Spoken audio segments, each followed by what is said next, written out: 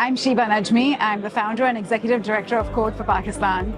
Sheba, what's been your inspiration? How did you become the founder of Code for Pakistan? So Samira, when I grew up in Pakistan, there was always a huge discrepancy that you can see on the streets. And so there was always that, jazba, kuch karna hai Pakistan. I want to do something to contribute to Pakistan. When I came to the US, I discovered after many years working in Silicon Valley Tech, this organization called Code for America, which was trying to improve public services in various city governments in the United States by pairing technologists with government. And so I did the year-long public service fellowship program, jisko pyar se kehte the Peace Corps for Geeks. And I learned a ton about, the way government services are today. They're not actually human-centered. They're not citizen-centered. And this is what I do, which is in my training and my work. Back then, I had just finished working at Yahoo as a human-centered user experience designer. And so it was about how do we make services meet people's needs where they are. So once I did the fellowship program at Code for America, I could see this is what we need in Pakistan, right? In Pakistan, nobody wants to engage with government because they see it as corrupt and bureaucratic and inefficient. And government doesn't want to engage with citizens because they think that all citizens do is complain and the government has its legacy way of working. But that's just not a way to move forward smartly. You need government and citizens working hand in hand towards solutions because we have access to these ways of thinking and technical skills and design skills that are not generally present in government. So when I went back to Pakistan after finishing the year of Code for America's Public Service Fellowship Program, I went to T2F, which was the second floor, which is a cafe and co-working space in Karachi. And I spoke with Sabine Mahmood, who was the founder of T2F. And actually, I'd spoken with her before I'd gotten accepted, just when I'd gotten accepted into the Code for America program. And I had told her about this, and she was so excited about it. And she was like, do this, do your year of fellowship, come back and I will help you. So sure enough, when I finished the year of fellowship, I went back. And the first thing I wanted to do was test the hypothesis. Okay, using the lean startup methodology, you want to test the hypothesis before you go full hog into something. To test the hypothesis, there was even interest in citizens in using their skills to improve government. And so we did a civic hackathon. I had no budget, so there were no prizes, no winners. And, all sorts of people applied and they participated. People who were doctors, journalists, animal rights activists, and of course, technologists. And they had so much passion to use their skills to create solutions for the community, which is not something that, for no money, for no reward, for nothing other than I want to help my community.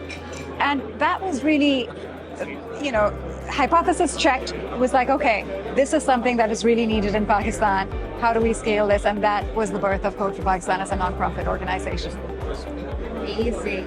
And then what is one of the most exciting things you've worked on, or what is one of the most exciting things you've seen come to life out of Code for Pakistan? So there have been a number of things. Code for Pakistan runs a fellowship program in partnership with the KP province, the Khyber Pakhtunkhwa province, that we've been running since 2014. So we've had 7 cycles. And some of the most impactful projects have come out of that. So, for example, the traffic application, which allowed the government to really be able to provide a streamlined, seamless way, make decisions based on data, and for citizens to interface with government a lot more easily. Government has responded to 4 million queries through everything we did for the traffic department, and it has saved the government 20,000 work hours just in the last 4 years. We've worked with the minority department, welfare, and minorities in Pakistan, they are eligible for grants that they can apply to, but many of them don't even know that they're eligible for that. A lot of them work as laborers and as cleaners and janitors, and they're not literate. And so we created a solution, the lottery system for picking out who the winners are for the grants was very obfuscated, was very you could have lots of duplicates in there. A person would go through it manually and would take him 2 months to figure out, who the winner was. And there was no trust amongst the citizens in like, is this a fair process? So we digitized the whole thing. We have a community leader in each mohalla, in each neighborhood, who sort of enters the application on behalf of the citizen who wants to apply for it. And it saves them so much time, because otherwise they would have to change 2 buses and take a whole day of labor wages off to go to a government office and try to have somebody apply for them in person. And then Floodlight, most recently, which was the first data mapping application in the wake of the floods in Pakistan, because before that, there was just no way to know where are the flood affected areas, where is shelter needed, where is relief offered, where is relief needed, and connect those dots. And this was just making it publicly out there, using crowdsourced data, using data that organizations like Al-Khidmat entered. And it really helped. It helped them serve organizations like Al-Khidmat, make the connection with relief shelter camps and go and serve them food and things like that. So, you know, we've done some good work. I think more than anything else, what I'm so proud of for the Code for Pakistan team is to show a way forward for government for how to engage with citizens and to bring the community to be more civically active and use their skills. I mean, that's really powerful. So switching gears a little bit, just looking at this acute situation that Pakistan is in right now, can you tell us a little bit more about your work around Floodlight, how it came together, and the impact of that work? Yeah, so the way Floodlight started was that in the KP province, there was a lot of fear because Sindh and Balochistan had already been inundated, and the rivers from the north were destroying Chitral and Swat Valley. And so it was only a matter of time before other parts of the KP province also got submerged. So in the news, people could see that this is happening. Chitral and Swat are being devastated, but they had no idea which parts of KP would be affected and which parts would be safe. And so our software engineer, Mubassir, who was also, by the way, somebody who had worked on the COVID dashboard for government when we had gone in and helped the government launch its first COVID data dashboard. He was also the person who helped the government launch the Pakistan Citizens Portal.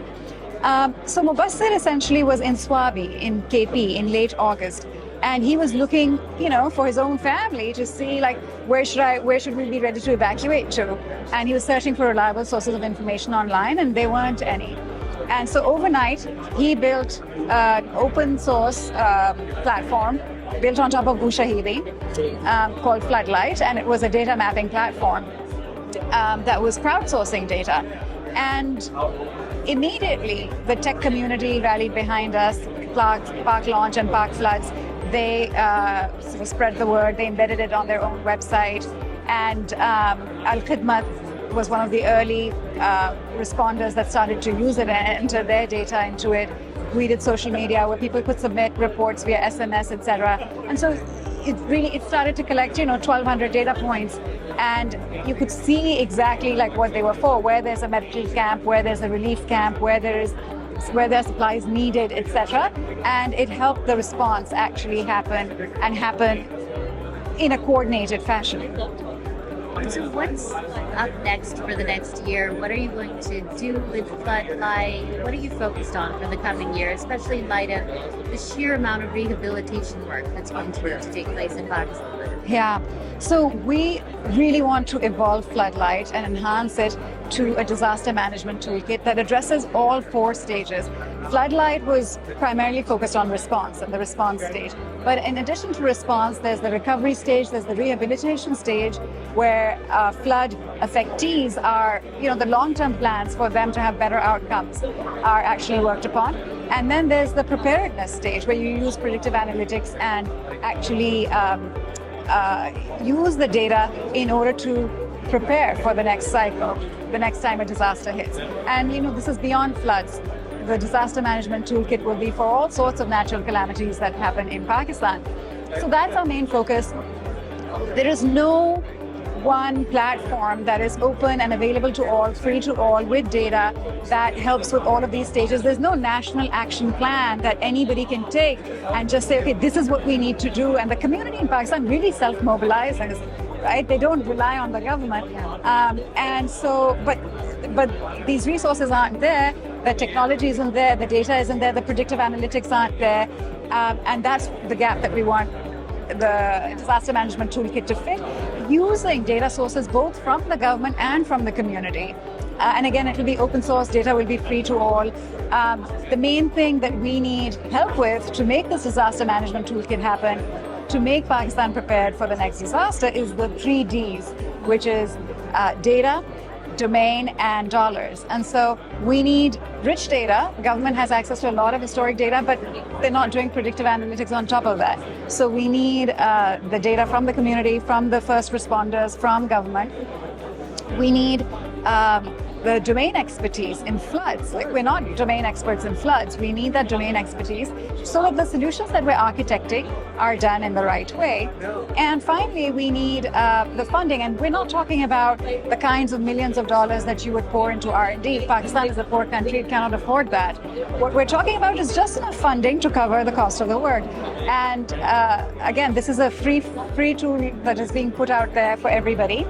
So the dollars, we're not talking about millions of dollars that are poured into a commercial venture. This is a nonprofit organization. What we're doing is solely for the community. So the costs are just enough to cover the costs, essentially. This disaster management toolkit will be available free for all. But there is some funding that's required to make that happen. Thank you so much. Now let's switch gears. A little keen to go have lunch. Let's make this quick. Laddu gulab jamun. Laddu. Chawal roti. Roti. Pakoda samosa. Pakoda. Done.